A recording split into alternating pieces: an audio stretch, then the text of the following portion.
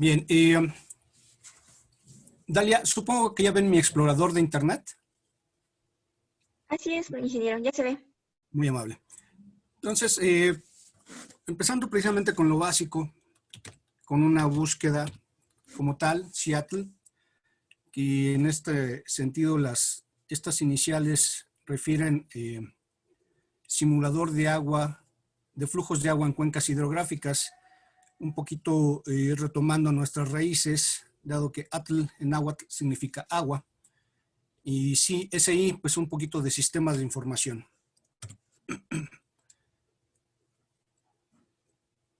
El buscador pues nos va a enviar a diferentes páginas. La primera es la indicada, antares.inegi.org.mx. Esta plataforma, por supuesto, es del INEGI. Ya la tengo yo abierta previamente, puesto que en ocasiones cuando estamos compartiendo pantalla en Zoom tarda un poquito más. Entonces, con la finalidad de no atorarnos mucho, yo ya abrí la pantalla y hay una pantalla previa que nos despliega precisamente la portada, por así decirlo, del sitio, con una serie de recuadros informativos, a partir de los cuales pues podríamos seleccionar uno muy específico de interés, o en su defecto, ir directamente a la pestaña de entrar. Y es lo que les comentaba, en el momento que uno quiere entrar estando en Zoom, pues se alenta la máquina, claro, dependiendo de las características de cada máquina, pero ahí está lo que les estoy comentando. Los módulos con los que cuenta, módulos ambientales, servicios atmosféricos, vista 3D, temperatura, distribución de vegetación, lluvia probabilística, población, descarga de la red hidrográfica, en fin, exportar datos tabulares. Y pues en lo general, lo que siempre hago es entrar en directo para los efectos de interés. Como vemos en esta portada, hay diferentes campos de información y posiblemente a cada persona que ingrese pues le interesa algo en específico. En lo general yo les voy a platicar el uso de esta plataforma para efectos de un estudio hidrológico. En particular o en específico para estudio hidrológico de avenida máxima. Esto es, cómo delimitar la cuenca, cómo se traza, por así decirlo, su parteaguas, y cómo se obtienen sus rasgos fisiográficos básicos, como son área de la cuenca, pendiente media del cauce principal, longitud del cauce principal, usos de suelo, asimismo ubicación de estaciones hidrométricas y climatológicas y visualización de la información que contiene esta capa relativa a estaciones hidrométricas y climatológicas. También les comentaré al respecto de cuáles son las limitantes del Seattle para tenerlo en cuenta y sobre todo teniendo como base que este es un software muy, muy bueno, optimiza tiempos, facilita mucho trabajo, pero debe prevalecer en uno como usuario, como ingeniero, como estudiante, el criterio para saber si las cosas que se están haciendo y viendo en pantalla son las que queremos, que no haya errores. Entonces, como todo o la mayoría de los paquetes o programas, plataformas, pues tienen detalles y debemos conocerlos para no incurrir precisamente en errores. Bien, pues al darle a entrar nos despliega el mapa de la República Mexicana y comenzaré con las barras básicas de herramienta. Todas son importantes. Sin embargo, hay unas que se utilizan más que las otras.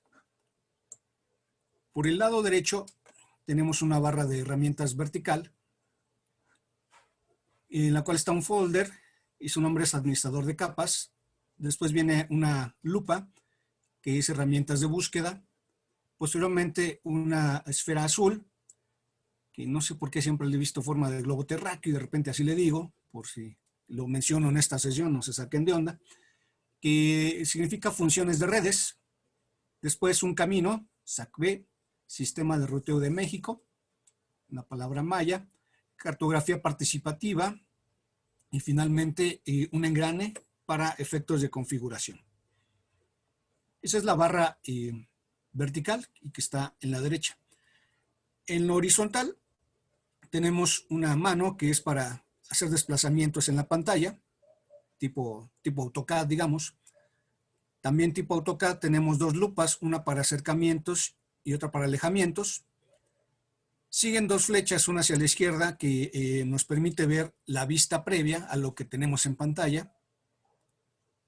Y la siguiente vista, esto si ya llevamos 2 o 3 procesos en el manejo aquí de la plataforma. Otra más con dos flechas encontradas para actualizar el mapa. Extensión máxima en pantalla para visualizar precisamente al máximo lo que se está analizando. Un icono de un disquete que a ustedes ya no les tocó, seguramente. Disquetes de 1/4 es para guardar imagen o descargar lo que estamos trabajando aquí. Esta descarga nos va a permitir generar archivos que se pueden utilizar para un sistema de información geográfica formal, un GIS, ArcView, por ejemplo. Hay otro sistema de información geográfica que es propio de INEGI, se llama Mapa Digital. Y también ahí podemos utilizar los archivos que se descargan a través de esta herramienta. Posteriormente viene un círculo con la letra I, que es información de rasgos, nos da detalles de lo que nosotros seleccionemos y querramos conocer. Otra herramienta para dibujo o para medir una distancia o una área. La escuadra con el compás y el lápiz. Una más para visualizar en 3D lo que tenemos en pantalla. Y da pues una visualización muy estética, muy padre, en tercera dimensión, que nos permite comprender un poquito más sobre todo la cuestión de la altimetría. Otra herramienta más para pantalla completa y la última una especie de salvavidas, que es precisamente para efectos de ayuda y para preguntas más comunes. En el ángulo inferior izquierdo tenemos un recuadro que nos indica las coordenadas, longitud y latitud, coordenadas geográficas, la escala y la elevación. Si se dan cuenta, en el momento que yo muevo el mouse, empiezan a cambiar las coordenadas en pantalla. Esa herramienta también es muy buena cuando tenemos alguna duda respecto a la ubicación de una estación o de una zona en específico. Conforme estoy moviendo el mouse en toda la República Mexicana, pues van cambiando las coordenadas y ya me presenta el dato de elevación. Entonces, para utilizar el Seattle, está claro que primero necesitamos conocer dónde vamos a trabajar, cuál va a ser nuestro sitio de estudio, al nivel de detalle máximo que se pueda. Es decir, vamos a ejemplificar el día de hoy con una presa. La presa, por ejemplo, José Ortiz de Domínguez, que está sobre el río o arroyo Álamos, por allá por Sinaloa. Entonces yo necesito conocer las coordenadas de la presa, por ejemplo, o simplemente el nombre de la presa. Puede ser el nombre común o el nombre oficial. El municipio, el estado o la región hidrográfica. A todos los niveles. Lo más que se pueda, la información necesaria para poder establecer ahí el sitio de estudio y ubicarlo en el Seattle. Vamos conociendo, desplegando las herramientas del lado derecho, la barra de herramientas vertical. La primera, simbolizada por un folder, es el administrador de capas. Y vemos que contiene pues una serie de opciones, no sé, unas 12, 14, desde datos climáticos, rasgos hidrográficos, hasta altimetría, servicios de imagen y otros sitios de interés. La lupa, que es herramienta de búsquedas, precisamente nos permite, esta es la que nos permite iniciar, básicamente. Y esa búsqueda se puede realizar, lo vemos en pantalla, por 4 opciones. Cualquiera de ellas se tiene que seleccionar, claro, previamente, y en el recuadro de texto a buscar, pues le ingresaremos el dato correspondiente y después daremos clic en buscar. Funciones de redes. Son cerca de 8 opciones. La primera, triángulo azul hacia arriba, para visualizar los flujos corrientes arriba, es decir, aguas arriba de una corriente, de un río. Y esta herramienta básicamente lo que nos permite es trazar el parteaguas. Hay otra, pero ahora en sentido hacia abajo, y dice para visualizar el flujo corriente aguas abajo. Esta generalmente no la utilizo. También nos traza un parteaguas, pero hacia aguas abajo. Y generalmente lo que nos interesa es todo lo que está aguas arriba, del sitio de estudio. Visualizar el flujo corriente aguas arriba o flujos corrientes abajo, para ver un listado de localidades que se encuentran presentes en el área de estudio. Esta, que es una raíz con una X entre Y, índices morfométricos y estimación del caudal. Esta es de las herramientas más importantes del Seattle. Nos da en un instante prácticamente los datos fisiográficos más relevantes, que trabajados en cartografía tradicional, cartas topográficas sobre todo, escala 1 a 50,000 por ejemplo, y pues sí representan una buena inversión de tiempo para obtener esos parámetros. Claro que al trabajar con la plataforma y trabajar con una cartografía va a haber diferencias en los valores obtenidos de ciertos parámetros fisiográficos. Sin embargo, las diferencias son mínimas, es decir, no impactan significativamente, por lo general, en los valores. Después, una mano con 3 flechas. Dice, activa esta función para ajustar la visualización a todo lo seleccionado. Es un poquito como la herramienta de abajo de maximizar la pantalla. De ver en la pantalla todo lo que ya delimitó alguna de las herramientas previas. Sobre todo la del triángulo azul inicial. La siguiente, con un circulito con un tache, dice, limpia los resultados del flujo de corrientes aguas arriba y localidades seleccionadas. Es decir, es como borrar lo que habíamos visualizado, me equivoqué o no me interesa, lo puedo borrar ahí, dándole clic. Con borrar, quiero decir que ya no se ve. Se ve el mapa, por ejemplo, de la República tal cual. Hay otra herramienta que tiene un gráfico, dice perfil de elevación, trace una línea sobre el mapa no mayor de 5 kilómetros. Nos genera perfiles de terreno. Al no tener levantamientos topográficos, por supuesto, de detalle, estos perfiles de terreno nos dan una referencia de lo que es la pendiente media del cauce principal. Y en lo general así se utilizan como tales. Es decir, no es en realidad la pendiente media del cauce principal, pero sí se toma como un referente y es válido. Y la última es una gráfica de pastel, dice que nos permite un análisis del área de escurrimiento resultante. En esa gráfica de pastel vamos a ver datos o información que veíamos en la portada inicial del Seattle, relativos a la vegetación, a la población y sobre todo a cuestiones también, por ejemplo, de lluvia. De esa herramienta, pues la que más rescato es la relativa a los usos de suelo o vegetación, porque a partir de ello me permite ver las áreas de cada uso de suelo que me servirán posteriormente para obtener un coeficiente de escurrimiento, que es un parámetro muy importante para efectos del cálculo de la avenida máxima. Hay un método que se llama método racional americano, que incluye en su ecuación en forma directa el coeficiente de escurrimiento. Pues bien, esas son las funciones de red. Sistema de ruteo ese generalmente no lo utilizo, pues no voy a detener en esa parte.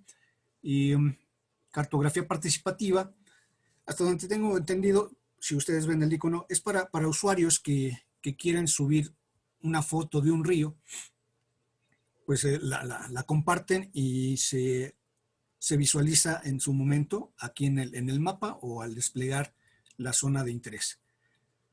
Notas o fotografías alusivas a un sitio determinado de interés. Y el engrane, que es para configuración, sobre todo para el color del fondo, si queremos un fondo blanco, un fondo negro o con transparencia. Asimismo, la cuestión de las coordenadas. Esas son las herramientas básicas. Pues vamos a iniciar con un breve ejemplo. Vamos a la herramienta de búsquedas, a la lupa. Y si conocemos el nombre o clave de la subcuenca, pues podemos ir por ello. Si conocemos el municipio, de igual manera, o las coordenadas, ya sea en una de las dos opciones. Generalmente yo me voy por el rasgo hidrográfico. Presa Josefa Ortiz de Domínguez. No le doy el segundo apellido. Vamos a ver si me la localiza. Ahí debemos tener cuidado de no cometer errores de dedo o de ortografía. Y aquí en esta parte no acepta el enter, sino que tenemos que darle clic en buscar. Y me aparecen 4 opciones. Puedo seleccionar cualquiera de ellas e ir buscando, una vez que le dé el clic, ir buscando en dónde está la cortina de la presa para delimitar precisamente la cuenca del río sobre el cual está esa presa, la cuenca parcial hasta esa presa. Voy a dar clic en el primero y puedo cerrar mi herramienta de búsqueda.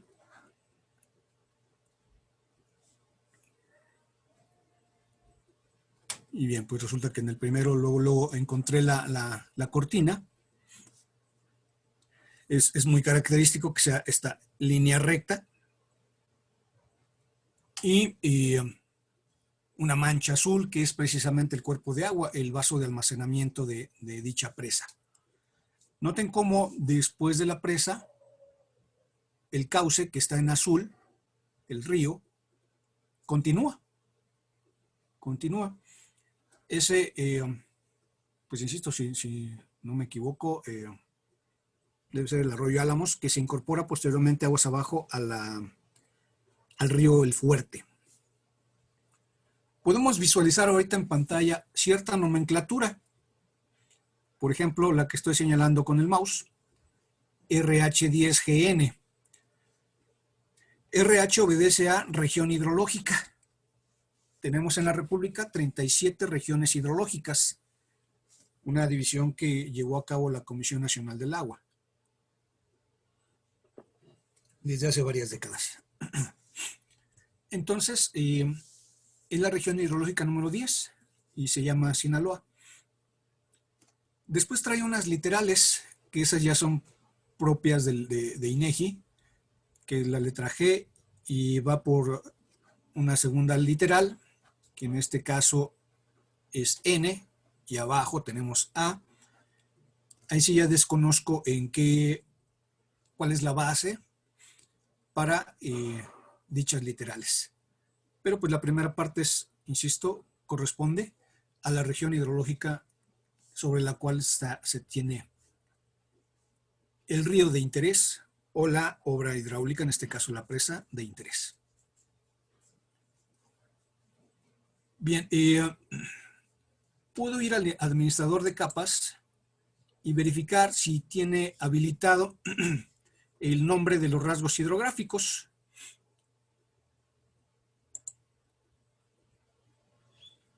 Le doy un clic en el símbolo de más y observo que el nombre de rasgos hidrográficos no está habilitado. Le doy un clic para habilitarlo y ya me presenta los nombres, por ejemplo, en este caso de la presa José Ortiz de Domínguez. Es importante, en este caso, la situación de la escala. Estamos en escala 1 a 16,000. Cuando rebasamos cierto valor de escala, algunas herramientas no se pueden usar. Entonces, el propio programa nos da un cuadro de diálogo cuando queremos hacer algo y no nos lo impide. Nos dice el por qué, generalmente. Nos dice, mira, la escala es mayor a tal valor, tienes que bajar la escala para poder activar esta o aquella herramienta. Bien, vamos a darle un clic a la herramienta de información de rasgos.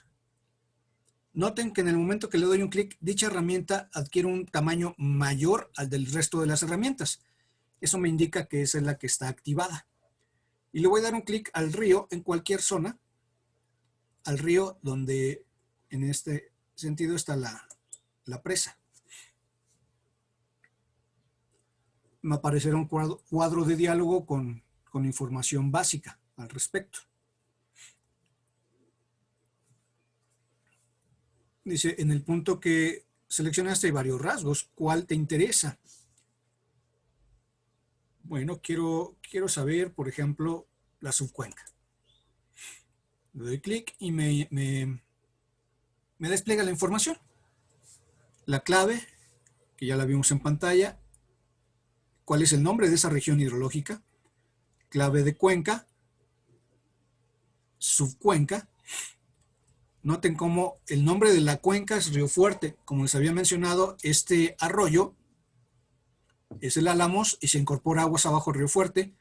Y dado que le dimos subcuenca, vamos al nombre de subcuenca y ahí está, Álamos. Arroyo Álamos. El tipo de subcuenca, lugar a donde drena, Río Fuerte, también conocido como San Miguel.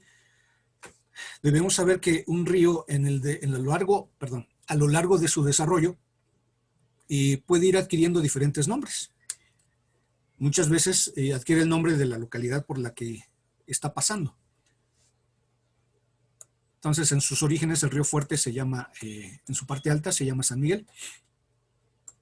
Y trae, observen, el área, precisamente el área de la cuenca, 2,258 kilómetros cuadrados.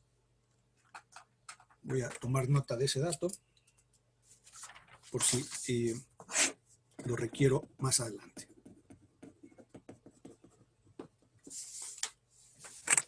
Y otros parámetros como densidad de drenaje, que tiene que ver con el número de corrientes, coeficiente de compacidad, que también tiene que ver con uno de los parámetros morfológicos de la cuenca, elevaciones máximas, mínimas y medias en la cuenca, tanto topográficas como de la corriente principal, la longitud del cauce principal, cerca de 163 kilómetros, pendiente de la corriente principal en porcentaje, y el grado de sinuosidad.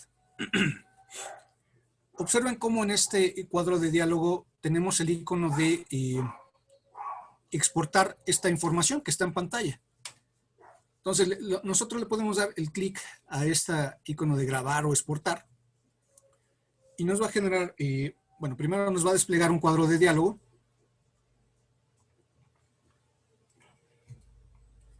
Y nos va a preguntar en qué formato lo queremos. Aparecen tres opciones: HTML, XML o CSV. Generalmente le doy el de CSV, puesto que después lo puedo abrir con Excel y darle el formato que yo quiera. Le doy exportar y ya me va a generar un archivo. Yo le diré dónde quiero dicho archivo y pues ya me lo exporta. Para abrirlo en el momento que yo lo desee, Y reitero, ya para darle el formato que quiera para efectos de algún informe.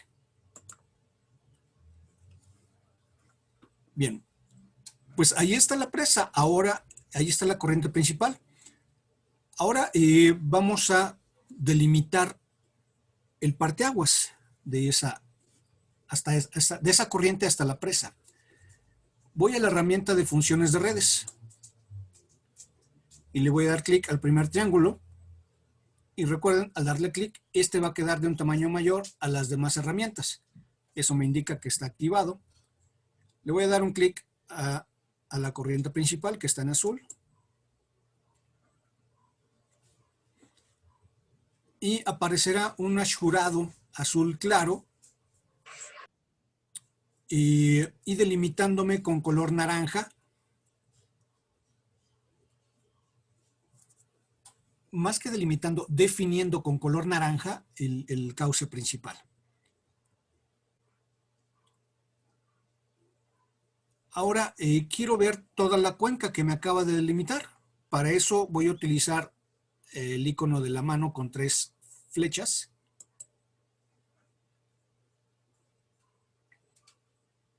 Noten cómo todavía está activada la primera flechita azul hacia arriba.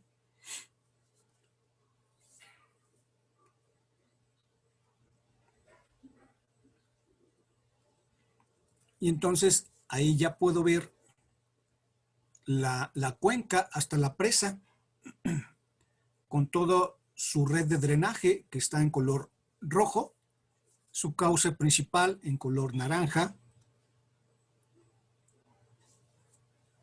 y las redes de drenaje de ríos adjuntos. Por ejemplo, este que voy a seguir con el mouse es el río Fuerte, en la parte derecha. Noten cómo cuando una corriente es muy importante, el grosor de dicha línea es mucho más amplio, más ancho que el de otras. Ahí va el río Fuerte, comienza la presa Miguel Hidalgo. Ahí está el vaso de almacenamiento de la presa Miguel Hidalgo. El río Fuerte continúa y aguas abajo el arroyo Álamos le va a aportar, es un afluente pues, del río Fuerte. Las cuencas luego entonces se delimitan en función de corrientes principales, corrientes perennes. Y toda la red de drenaje que muchos de ustedes habrán visto en sus materias de geomática, que en mis tiempos se llamaba fotogrametría, y visualizaron los escurrimientos cuyo conjunto conforma ya la red de drenaje de una cuenca. Entonces, ahí está el parteaguas de la cuenca de la presa José Ortiz Domínguez. Noten cómo con color naranja está delimitada la cuenca, es decir, es el parteaguas. Con color café, café, ahí está. Entre café y verde, algo así. Si nosotros vemos del lado izquierdo, pues también tenemos dicho color.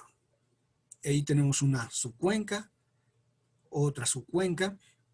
Tenemos un color café mucho más grueso. Ese seguramente obedece a toda la cuenca del río Fuerte, que es una cuenca bastante grande, como 37,000 kilómetros cuadrados. Recordemos que la cuenca que acabamos de seleccionar tiene un área de cerca de 2,300 kilómetros cuadrados. Es importante tener un poquito de noción de las áreas de una cuenca. Muchas veces a mis alumnos les digo el área de la Ciudad de México para que tengan un referente por lo menos. Si imaginamos en este momento la Ciudad de México con respecto a la República Mexicana, pues es una cosita muy pequeñita y son 1,500 kilómetros cuadrados. La Ciudad de México tiene cerca de 1,500 kilómetros cuadrados. En tanto que la República son, ya ni me acuerdo, creo que son como 2 millones de kilómetros cuadrados la superficie de nuestro país. Entonces imagínense que va de 1,500 kilómetros cuadrados a 2 millones de kilómetros cuadrados. Es una cosa muy, muy pequeñita. Pero sí, nos sirve muchas veces de referencia para dimensionar ciertas magnitudes. Bien. Yo, si quiero, puedo limpiar mi área de trabajo, es decir, que no me interesa ver las corrientes del lado derecho ni las del lado izquierdo, yo puedo depurar o limpiar mi pantalla. Me voy al administrador de capas y voy a ir a red hidrográfica y voy a desactivar la clasificación de la red. Ahí está. Observen, ya limpié la pantalla, ya no veo las, digamos, las redes de drenaje adjuntas. Si yo la activo, ahí van a aparecer, por supuesto. Ahí están. Y si yo la desactivo, pues ya no las tengo. Por default, el Seattle nos presenta como fondo el relieve orográfico. Ese también lo podemos desactivar. Lo vamos a hacer más adelante.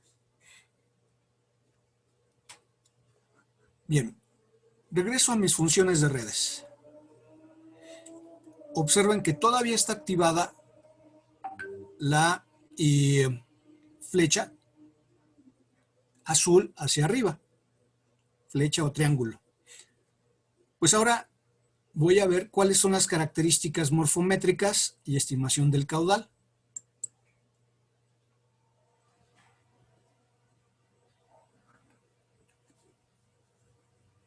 Bien,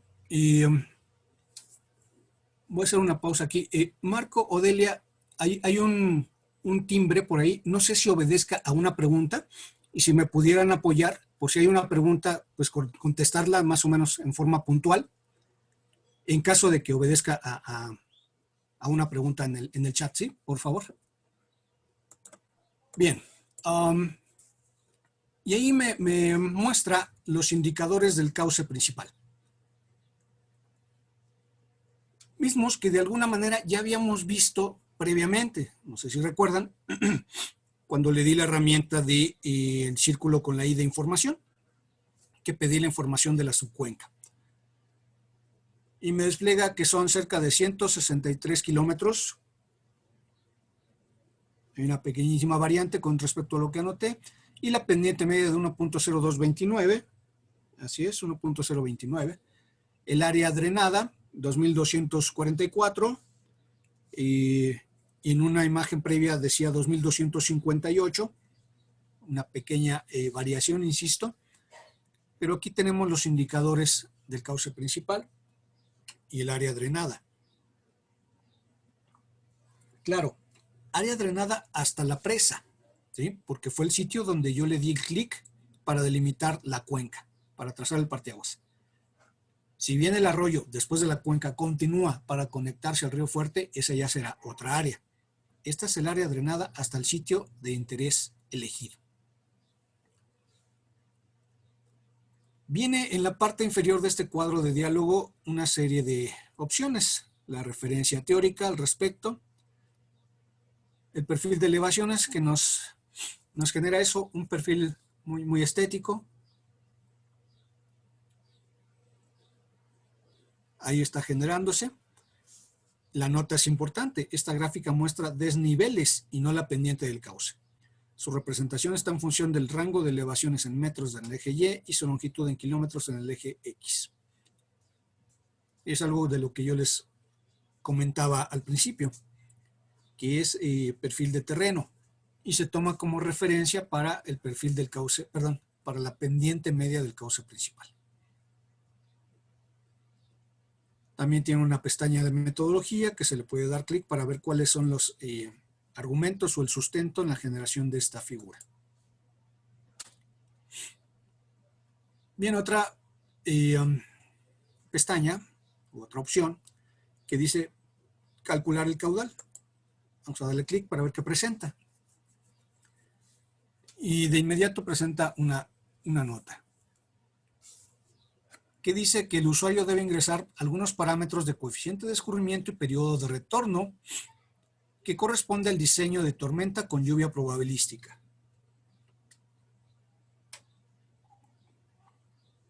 Esto significa que yo previo, en mi estudio hidrológico de avenida máxima, ya tuve que haber hecho ciertos procesos, mismos que no necesariamente me los va a dar el Seattle. Dice coeficiente de escurrimiento. El Seattle lo que nos va a dar son usos de suelo y con base a esos usos de suelo nosotros determinamos el coeficiente de escurrimiento mediante tablas. Y el periodo de retorno, pues este está en función de la obra que vamos a o buscamos diseñar, proyectar y posteriormente construir. En función de la obra se asigna el periodo de retorno según recomendaciones de la CONAGUA. Y diseño de tormenta con lluvia probabilística. El Seattle sí nos da lluvia probabilística. Dice, por lo tanto, tercer párrafo, si la selección incluye alguno de los ríos principales y la subcuenca recibe aportación de una o más subcuencas tributarias, entonces el resultado del cálculo del caudal y tiempo de concentración es parcial y debe complementar con otros análisis de dichas aportaciones. El modelo para el cálculo del gasto es la fórmula racional americana. Para este cálculo se consideran los escurrimientos en su condición natural, sin presencia de infraestructura. Así es que de existir embalses, presas rompepicos, canales, etc., el resultado debe considerarse con estas reservas. Por lo anterior, los resultados y conclusiones son responsabilidad exclusiva del usuario y el INEGI se deslinda de cualquier dictamen o juicio equívoco que se pueda emitir. He leído las condiciones, términos y advertencias y asumo la responsabilidad de lo que implica. Entonces, es un lavarse las manos, y está bien, por parte de INEGI, y que yo te brindo la herramienta, pero ya tú tienes o debes tener los elementos de criterio para que los resultados que esta herramienta te brinde sean los correctos. Sobre todo en términos, en esta parte, del cálculo del caudal. Ahí está el área de la cuenca, el tiempo de concentración, que es el tiempo que tarda la lluvia en recorrer el cauce principal, desde su inicio hasta su final. Un tiempo bastante prolongado, observen, 19 horas, casi 20. Y el coeficiente de escurrimiento es el que uno le tiene que ingresar, ya sea en porcentaje, dice aquí. Entonces pensemos en un coeficiente de escurrimiento de 0.20, 2%. Bueno, sería 20%.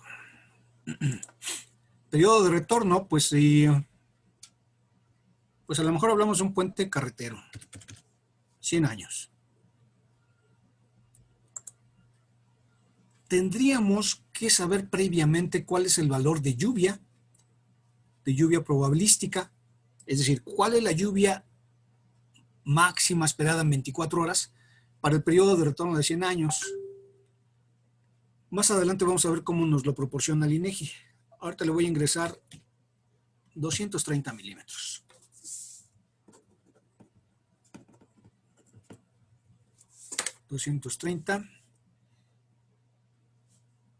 Vamos a 255, 275, me gusta más.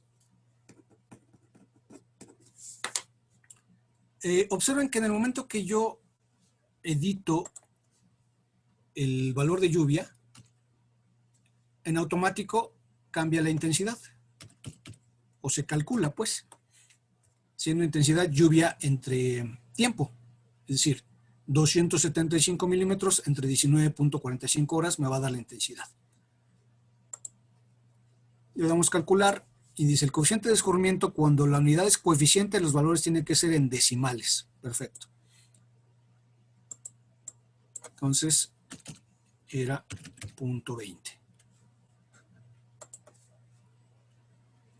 Y me presenta nuevamente el mismo cuadro de diálogo, pero ya con el gasto pico en la parte inferior. Esto calculado con el método racional americano o fórmula racional americana. Este cuadro de diálogo, como cualquier otro, lo puedo guardar con la herramienta de exportar. Ya saben, con la terminación CSV, y posteriormente la puedo abrir con Excel.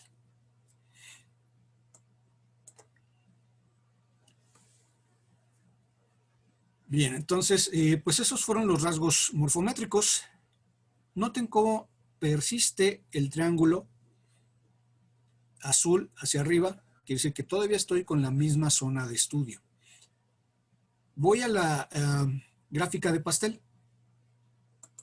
Bueno, así le llamo yo, gráfica de pastel. Me despliega de inmediato este cuadro de diálogo que habla del análisis del área de escurrimiento y por default me da datos de la población en toda esa zona. Y notamos que hay pestañas relativas a la vivienda, a los servicios y abajo vegetación, datos climáticos y lluvia probabilística. Voy a vegetación y me va a presentar los usos, digamos, de suelo presentes, valga la redundancia, en la cuenca de estudio. Por un lado, un listado con las superficies en kilómetros cuadrados y por el otro lado, una gráfica precisamente de pastel, graficando dichos valores, pero ahora en porcentaje.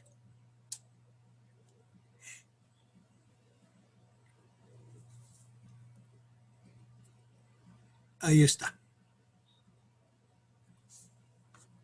Me dice que hay selva, suelo agrícola, pecuario y forestal, bosques, cuerpo de agua, claro, el de la presa, matorral, selva y también hay zona urbana. Predominando la selva caducifolia en un 62% aproximadamente. Y esta es la gráfica de pastel que les decía.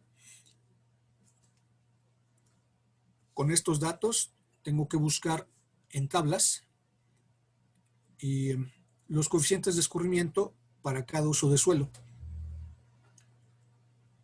Como les decía, el Seattle no nos da el coeficiente puntual. Sí nos da un coeficiente, pero nos da un rango, por ejemplo, de 5 a 10%, de 10 a 20%. Pero bien, de 10 a 20%, pues es mucha variación. Es 11, es 12, es 13, es 17, es 18%. Cuando utilizamos esa parte, que en un momento se la voy a mostrar, pues es nada más cuando es un estudio así de referencia. Pero cuando es algo de avenida máxima, tenemos que irnos con esta parte de muy específica de los usos de suelo para calcular un coeficiente de escurrimiento ponderado.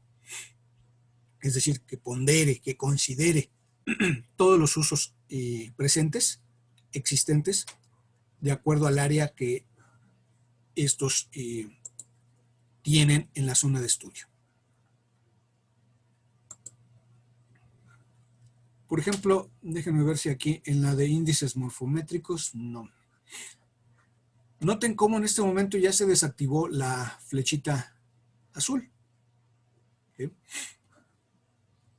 Voy a ver la información de rasgos con el icono de la I en un círculo en la herramienta horizontal, barra de herramientas horizontal.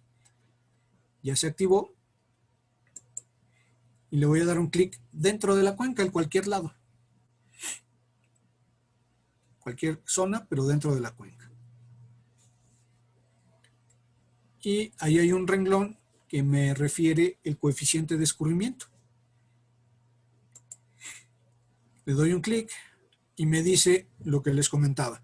El coeficiente de escurrimiento va de 5 a 10%. Entonces, es cuando queremos algo como mera referencia, pues adelante. Pero para cálculo de avenida máxima necesitamos el valor muy específico. No sabemos en este caso si es 5, 5.1, 5.6, 6, 7, 8.2, 9, 9.98 o 10 o 10.4. Entonces, hay mucha incertidumbre. De ahí que se tenga que hacer a partir de los usos de suelo bien definidos. Hay una herramienta, déjenme ver si la recuerdo. Sí, aquí está, uso de suelo y vegetación.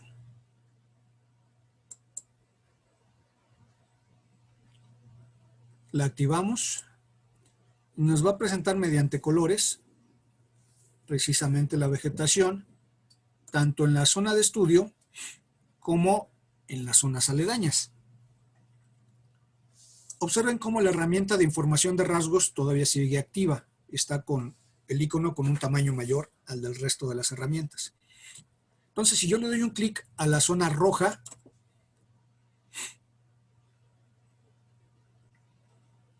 todo lo que está en rojo va a ser descrito por este cuadrito de diálogo, hablando del coeficiente de escurrimiento. Me dice que todo lo rojo, el coeficiente de escurrimiento es de 10 a 20%. Si le doy un clic al blanco, puedo entonces ir verificando los valores del coeficiente de escurrimiento en lo que es un rango. ¿Cuáles son los valores para cada color? De 10 a 20% también, a pesar de que ahora es blanco y no rojo. Vamos a darle un clic al verde oscuro.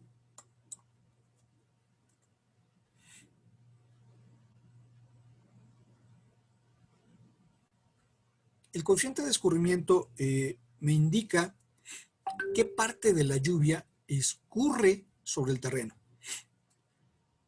De tal manera que si yo tengo una zona urbana, pues la mayor parte de lo que llueve va a escurrir sobre el terreno, puesto que en zona urbana el suelo es impermeable. Al ser impermeable todo escurre. Entonces, en tanto más alto el coeficiente de escurrimiento, más urbanizada está una zona. O bien, puede que no esté urbanizada, pero que el suelo sea impermeable, que tenga mucha arcilla. Entonces, en la zona verde oscuro, el coeficiente de escurrimiento también va de 10 a 20%. Finalmente, con la parte naranja, está muy raro que para todos los colores me marque el mismo rango del valor de coeficiente. Aquí seguramente también me va a andar de 10 al 20%. Ah, no, de 5 a 10%. La parte naranja. Entonces, esa es otra forma de visualizar información relativa a la vegetación. Uso de suelo y vegetación. La voy a desactivar. Ahí está. Bien. Ahora, antes de pasar a la localización de estaciones climatológicas e hidrométricas, voy a visualizar esta zona de estudio ya delimitada en 3D.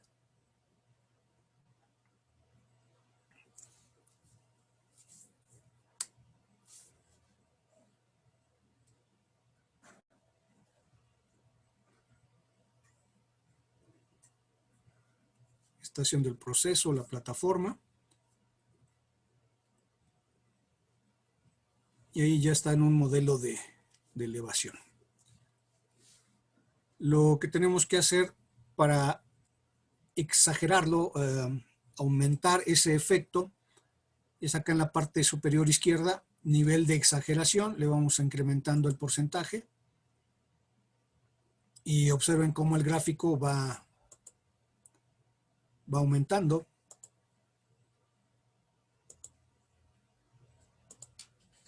Pero insisto, lo interesante para mí de esta herramienta es que nos permite ver claramente la cuestión orográfica y cómo en efecto el parteaguas va trazado como lo indican los cánones, ¿verdad? Por la parte topográfica más alta.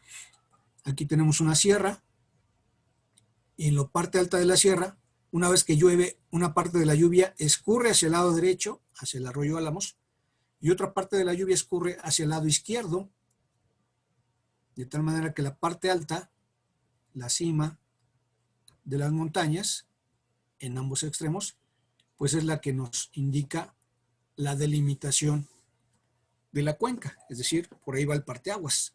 El parteaguas es la línea imaginaria que une puntos con una misma altura, con la máxima altura topográfica. Aquí se alcanza a ver el vaso de almacenamiento, el manchón azul, incluso el vaso de almacenamiento de la presa Miguel Hidalgo y de la de Huites, que está aguas arriba. Esto es básicamente la cuestión de la herramienta 3D.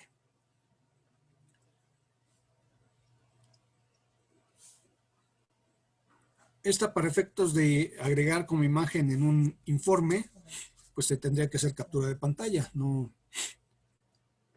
hay una herramienta para descarga de esta imagen. Nos salimos de la pantalla 3D y regresamos acá. Ahora vamos a la parte de ubicación de estaciones climatológicas e hidrométricas. Para una mejor visualización voy a desactivar lo que corresponde al modelo de relieve. Voy a mi administrador de capas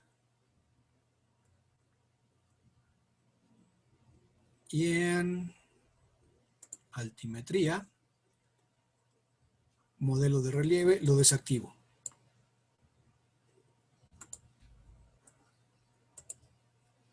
Y ya quedó más limpia aún mi pantalla. Cuando voy a ubicar estaciones climatológicas e hidrométricas, me conviene tener limpia la pantalla para una mejor visualización de dichas estaciones. Las estaciones climatológicas van a aparecer como unos círculos rosas y las hidrométricas como unos círculos rojos. Noten cómo de antemano aquí ya hay un circulito. Eso pues obedece a otra cosa, que ignoro a qué corresponda, pero para que al ratito no nos confundamos. Bien, para localizar las estaciones, vamos al administrador de capas. Y la primera la desplegamos, que dice datos climáticos e hidrométricos.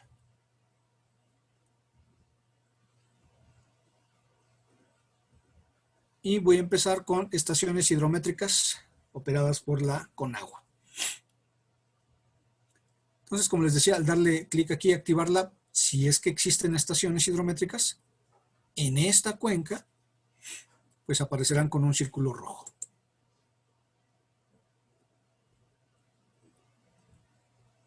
Si observaron, apareció una, pero por acá en la parte superior izquierda, la estoy señalando con el mouse. Y otra abajo de mi cuadro de diálogo de capas, cerca de la localidad de Choix. Voy a desactivarla para que sea más claro la visualización. Ya desaparecieron. Y ahora ahí están. Si no me equivoco, ahí donde estoy poniendo el mouse, un poquito abajo de la parte central de la cuenca, ahí hay una estación hidrométrica. Solo que pues la red de drenaje y el cauce principal en naranja grueso no me dejan verla muy bien. Si desactivo la capa de estaciones hidrométricas, ese circulito seguramente va a desaparecer. Así es. Ahí ya no está. Y ahí está. Entonces, por ejemplo, si yo quisiera delimitar la cuenca hasta la estación hidrométrica, es decir, cuenca parcial de la presa José Ortiz Domínguez hasta la estación hidrométrica X, pues tendría que darle un clic ahí, pero observen qué sucede. Para usar esta herramienta correctamente debe de estar en una escala inferior o igual a 250,000, algo que les había mencionado. Correcto. Enterado, entonces pues le haremos un zoom a la zona donde está la estación hidrométrica.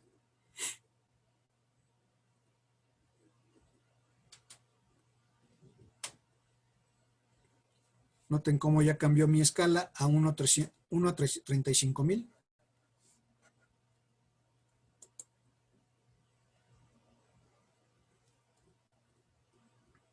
y ya puedo ahora sí activar la herramienta de flujo corrientes arriba, es decir, trazo de parteaguas.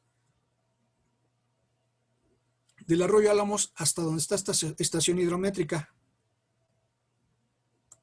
Ahí, por ejemplo.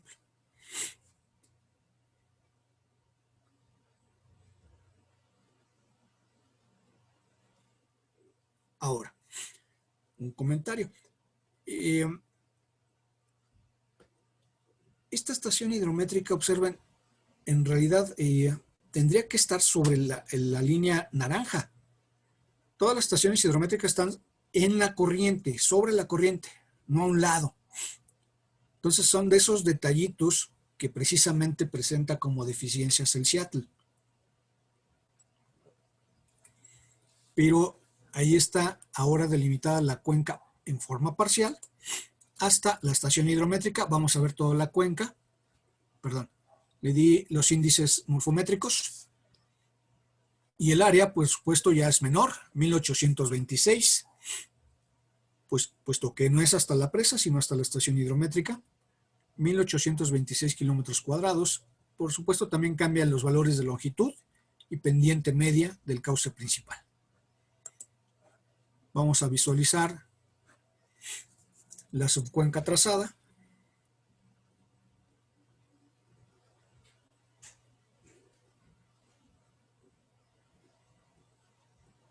Ahí está. Hasta la estación hidrométrica. En muchos estudios hidrológicos, por ejemplo, de balances de aguas superficiales, las estaciones hidrométricas son puntos estratégicos para estudiar las cuencas, para efectos de realizar balances de aguas, insisto. Y a las estaciones hidrométricas se les llama punto de control. No que controlemos cuánto gasto pasa, no, sino que sabemos, a partir de la medición en esta estación hidrométrica, sabemos qué gasto pasa. Y eso favorece la realización de balances de aguas superficiales.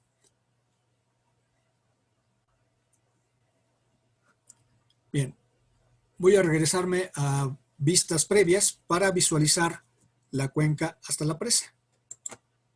Me voy a la herramienta de la parte inferior, la barra horizontal. Le doy vista previa. Tendré que darle como 4 veces vista previa.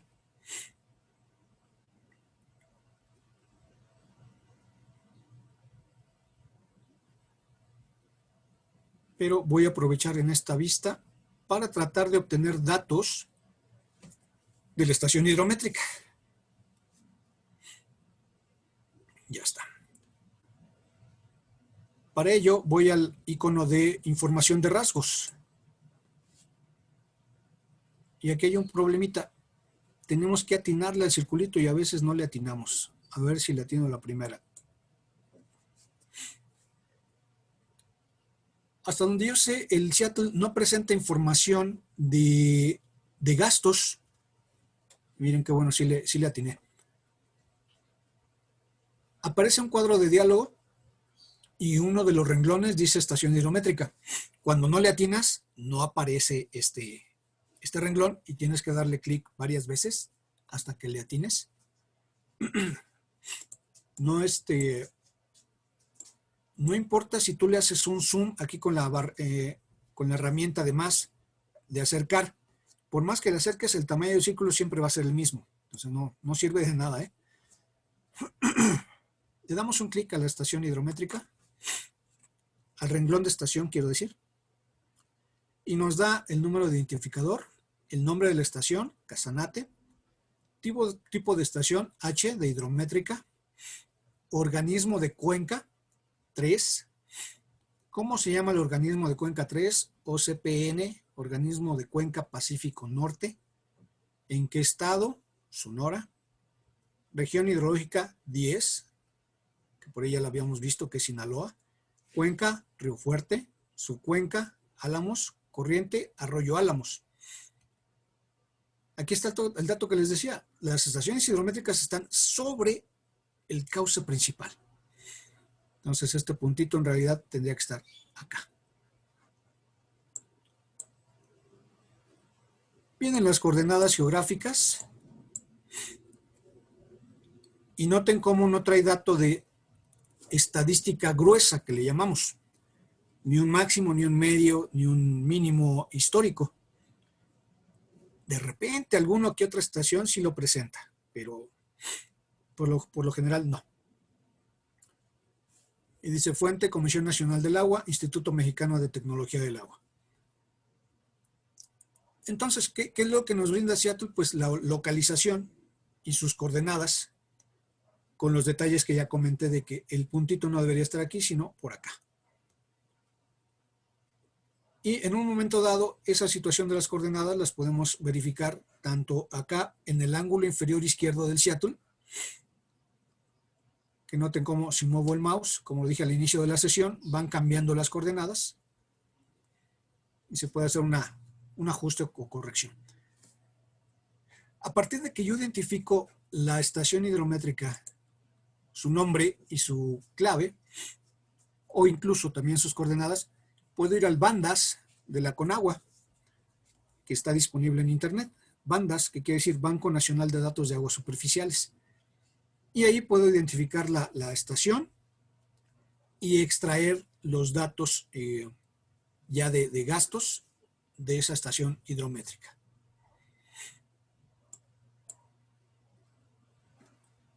Voy a regresar varias pantallas para ver vista previa hasta que aparezca ahora sí la cuenca de la presa, toda la cuenca. Ahí está. En cuanto a las estaciones, todavía no.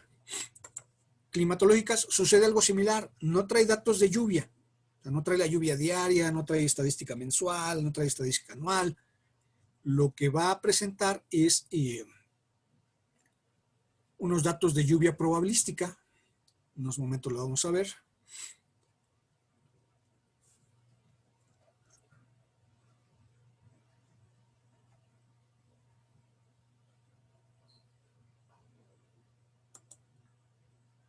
Una vista posterior para ver si presenta toda la cuenca.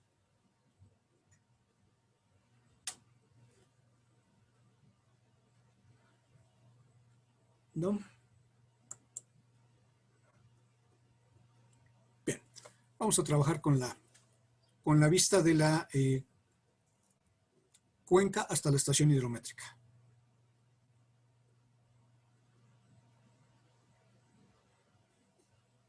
Aquí, si observan, no me está presentando el cauce principal.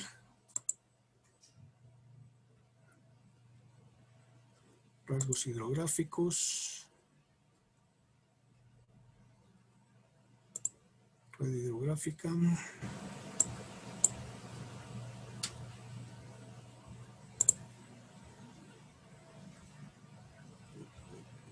Ya está.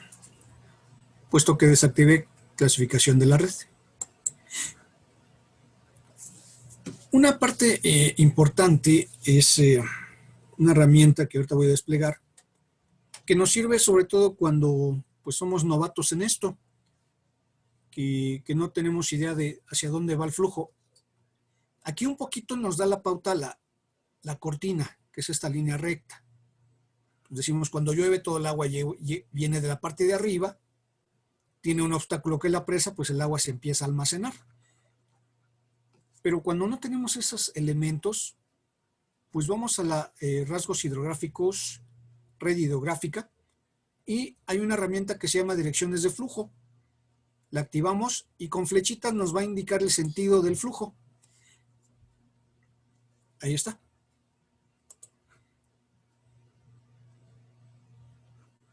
Y esta nos sirve mucho para tener mejor contexto de hacia dónde escurre el agua una vez que llueve a través de los escurrimientos naturales y que confluye a la parte más baja, que ya es un río en forma. Bien, voy a nuevamente a trazar el parteaguas hasta el punto de interés.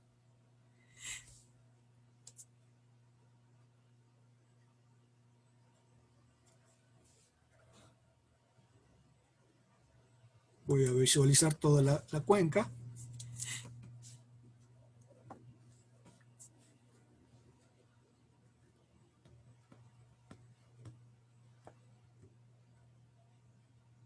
está. Voy a limpiar mi pantalla. Si recuerdan, es desactivando la clasificación de la red. Ahí está.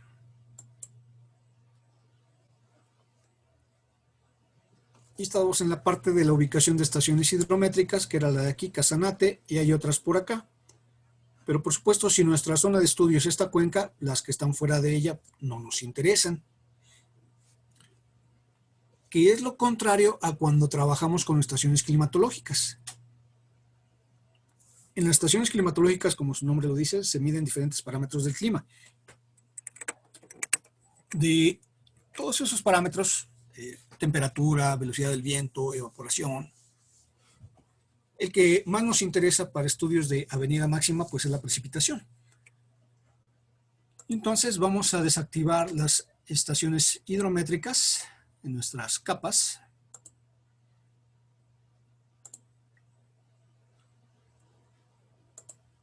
La desactivamos y activamos las de estaciones climatológicas.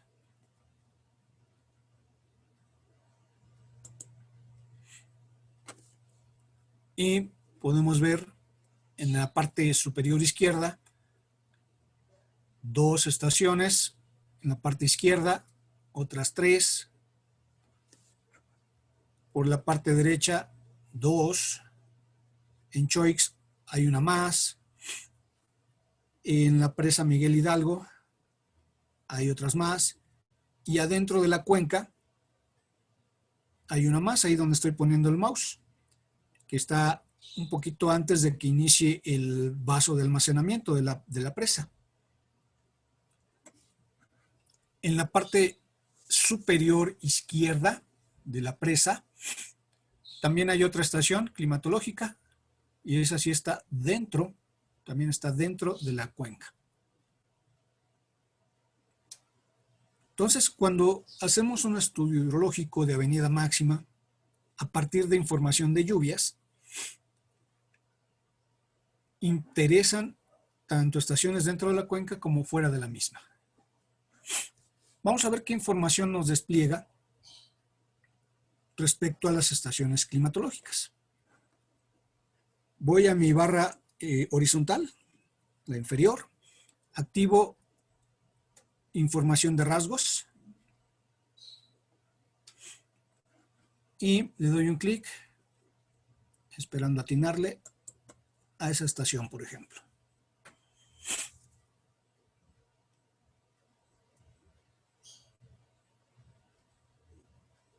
Ay, sí le atiné. Ahora estoy de suerte. Generalmente me tardo hasta 3 clics o 4. Estación climatológica, Servicio Meteorológico Nacional y Senapred. Le doy un clic y me da un identificador de INEGI del Seattle. Este es lo importante, clave de la estación hidrométrica, 25068 y el nombre, Palo Dulce. Las estaciones climatológicas generalmente tienen 5 dígitos. Los 2 primeros son el número del estado en orden alfabético. Quedamos que andábamos por Sonora, la letra S es la 25 del alfabeto. Y los 3 siguientes dígitos son los números progresivos de las estaciones climatológicas. Me dice que pertenece al municipio de Choix, Cuenca, Río Fuerte, Subcuenca, Río Choix. ¿Quién la opera? La Comisión Nacional del Agua, CNA. Sus coordenadas, tanto geográficas como UTM. Y lo interesante, en este caso, sí presenta datos de lluvia, pero lluvia probabilística.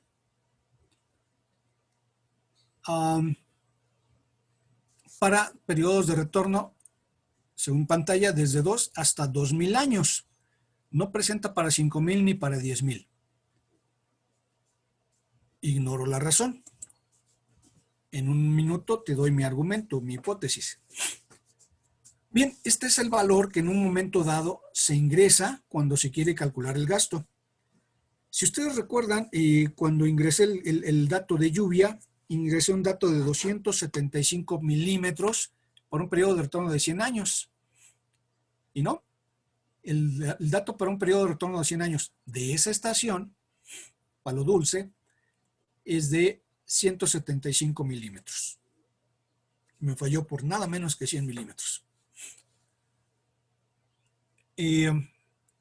Dice aquí, estación climatológica SMN, que quiere decir Servicio Meteorológico Nacional, CENAPRED, Centro Nacional de Prevención de Desastres. Esta información de lluvia probabilística, que así le llama Seattle, quiere decir que a partir de los datos del Servicio Meteorológico Nacional, datos de lluvia diaria,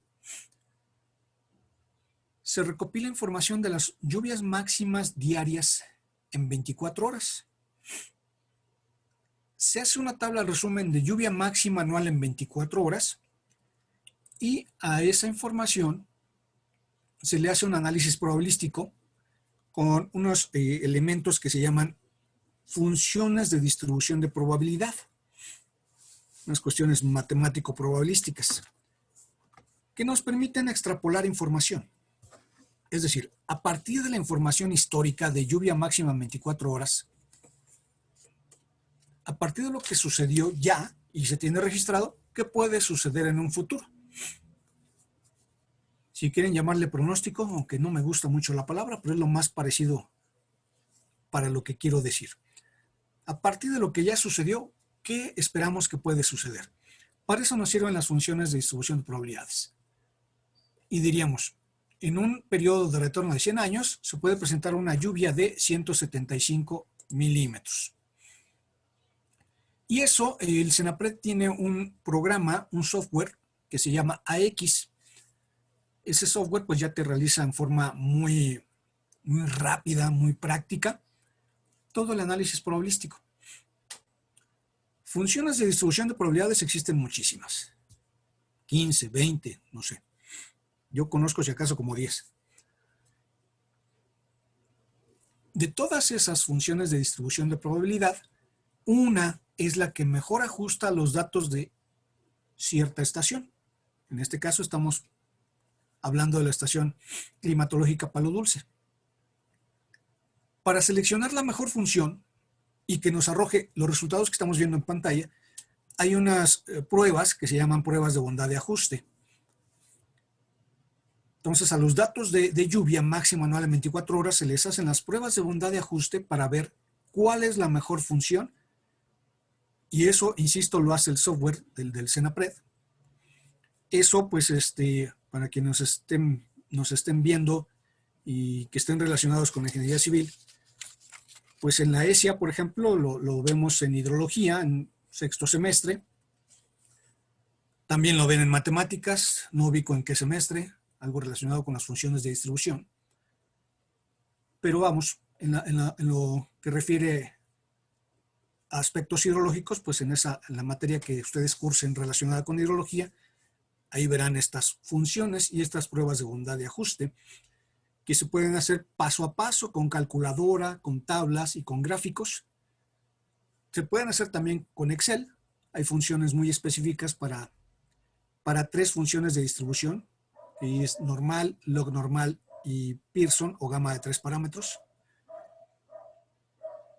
Entonces tienen los elementos tradicionales, calculadora y tablas, tienen las herramientas computacionales, Excel, y las informáticas, el AX del CENAPRED. Y el Seattle presenta precisamente los resultados del uso del software del CENAPRED. ¿Cuáles son las limitantes del uso del software de CENAPRED? Pues en pantalla estamos viendo una de ellas. No presenta el dato para el periodo de 5,000 años y de 10,000 años. Aquí es donde debemos saber qué es lo que nos despliega el Seattle. No quiere decir que para 5,000 años de periodo de retorno el valor de lluvia es 0, no. Y que para un periodo de retorno de 10,000 años el valor de lluvia esperada es 0, no. Quiere decir que el programa, el software AX, un problemita presentó para la función que fue elegida como mejor y no despliega dicha información. Entonces, es, en mi opinión, claro, una deficiencia ahí de programación de dicho software. Que si nosotros hacemos el trabajo en Excel o a mano con nuestras tablas, sí vamos a obtener un valor para 5,000 y 10,000 años de periodo de retorno. ¿Qué tan importante es el tener esos datos o el no tenerlos? Pues depende del objetivo de nuestro estudio hidrológico. Porque si queremos revisar, por ejemplo, el gasto de diseño de la presa, pues necesitamos el dato de 10,000 años. Si no fuera nuestro objetivo el revisar el gasto de diseño de la presa, sino diseñar un puente ferroviario o un puente carretero, que quizá tengamos como máximo 1,000 años, bueno, pues esta información nos puede servir y eso sí, nos evita mucho trabajo.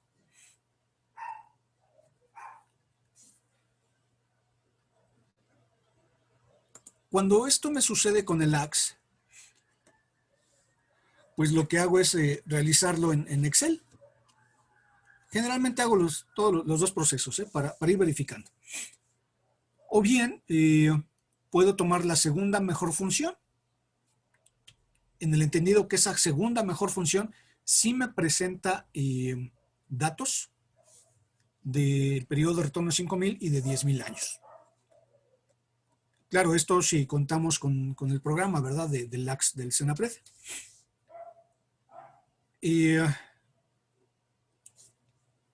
Entonces, estos son los detalles. Un último detalle con relación a la localización de estaciones climatológicas es que el Seattle no despliega todas las estaciones existentes. Quizá porque no han hecho el análisis probabilístico en todas, ¿sí? Pero sí puede resultar que, por ejemplo, aquí tenemos 2, 4, 6, 9, 11 estaciones climatológicas, dentro y fuera, en sus cercanías. Hay otra por acá abajo, arriba de la etiqueta de símbolo. ¿Cuántas dije? 2, 4, 5, 6, 9, 11, 12, 13.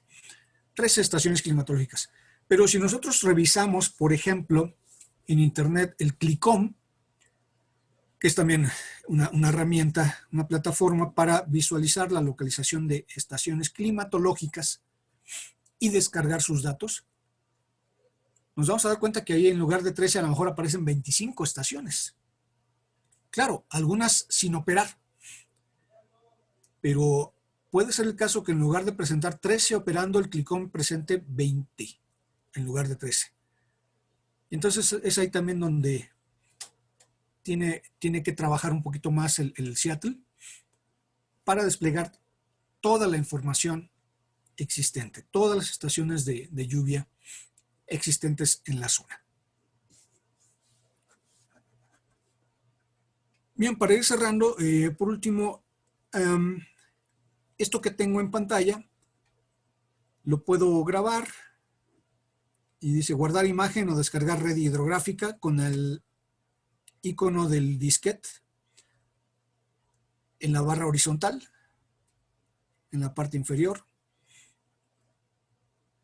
Le doy un clic y me dice guardar imagen JP o PNG o descargar la red hidrográfica a escala unas 50,000. Descargar. Dice, para iniciar la descarga de un clic sobre el mapa en la red hidrográfica o su cuenca de interés. Perfecto. En cualquier zona. Acá, no importa. Y me pregunta la unidad hidrográfica que deseo descargar. Si a nivel de región, a nivel de cuenca o a nivel de subcuenca. Pues yo quiero a nivel de subcuenca. Y entonces me va a empezar a generar un zip. No sé si alcancen a verlo en mi pantalla, en el ángulo inferior izquierdo. Un zip.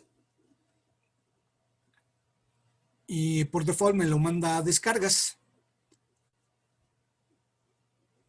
Son 15.5 megas. Está un poquito, le falta un poquito para descargar. Pero ese zip lo que me va a generar son como 5 o 6 carpetas.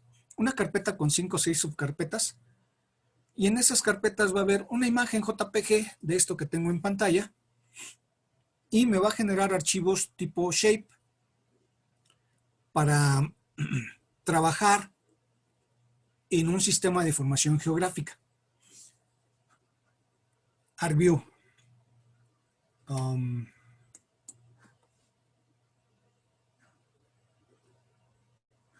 Voy a ir al explorador de archivos, a mi descarga, pero pues se va a tardar un poquito.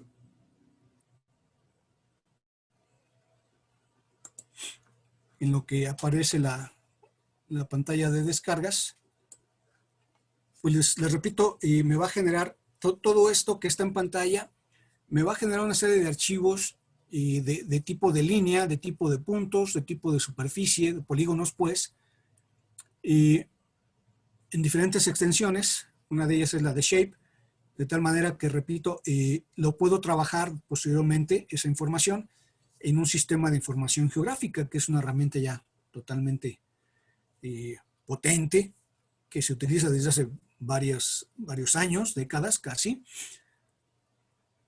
y que optimiza tiempos, pero en una forma brutal. Entonces, pues eso es en sí el manejo básico de esta plataforma del Seattle, del INEGI. Con esto estaría terminando esta plática, nada más en lo que se genera el zip y la descarga del mismo para en un momento dado ver la factibilidad de presentárselos en pantalla, que no es gran cosa, insisto, nada más van a ver en mi explorador pues los archivos con sus extensiones y la imagen JPG de esto que está seleccionado, la cuenca con su red de drenaje y su cauce principal, ya sin las cuencas del lado izquierdo y sin las cuencas del lado derecho. Y pues por mi parte esto sería lo que les quería platicar, mostrar con relación al uso básico del Seattle. Si hay alguna duda o comentario, pues estoy aquí a sus órdenes.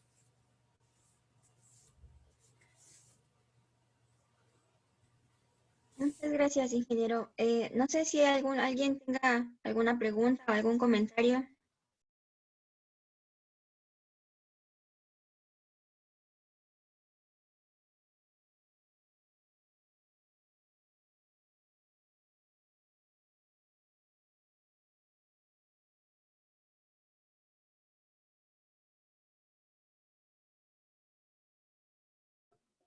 Parece que no, ¿verdad?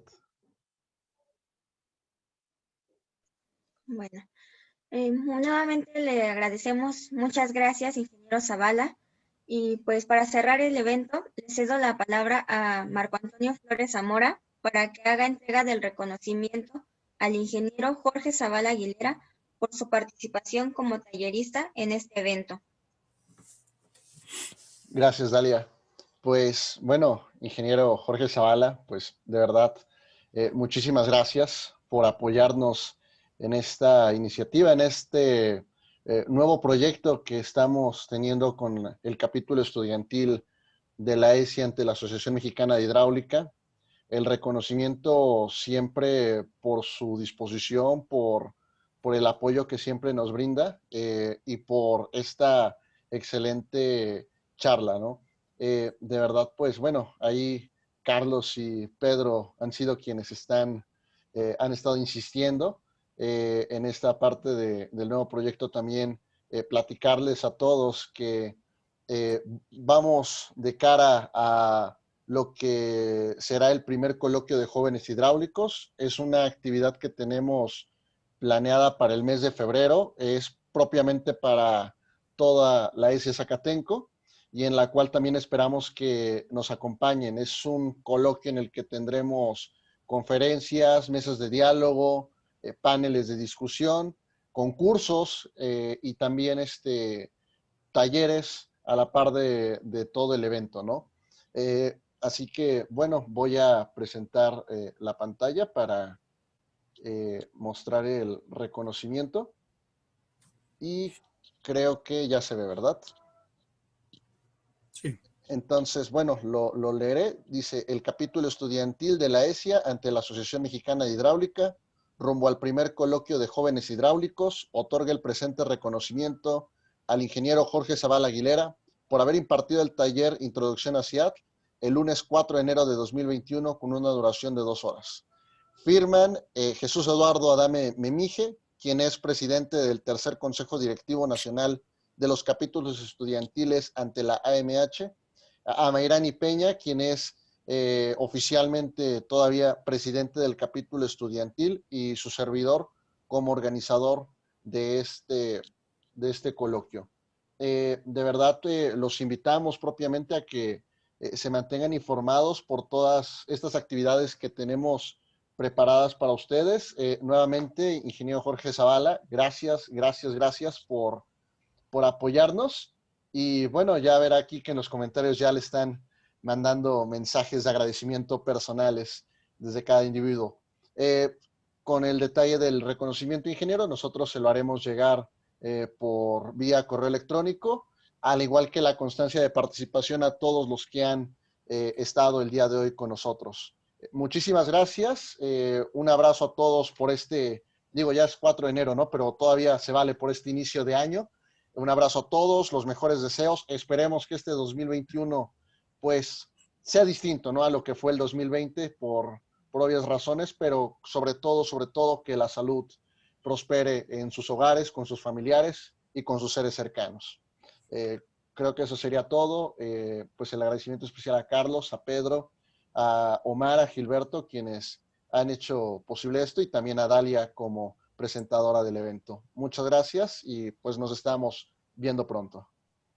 Muchas gracias a todos los presentes. Nuevamente, gracias por la invitación, Pedrito.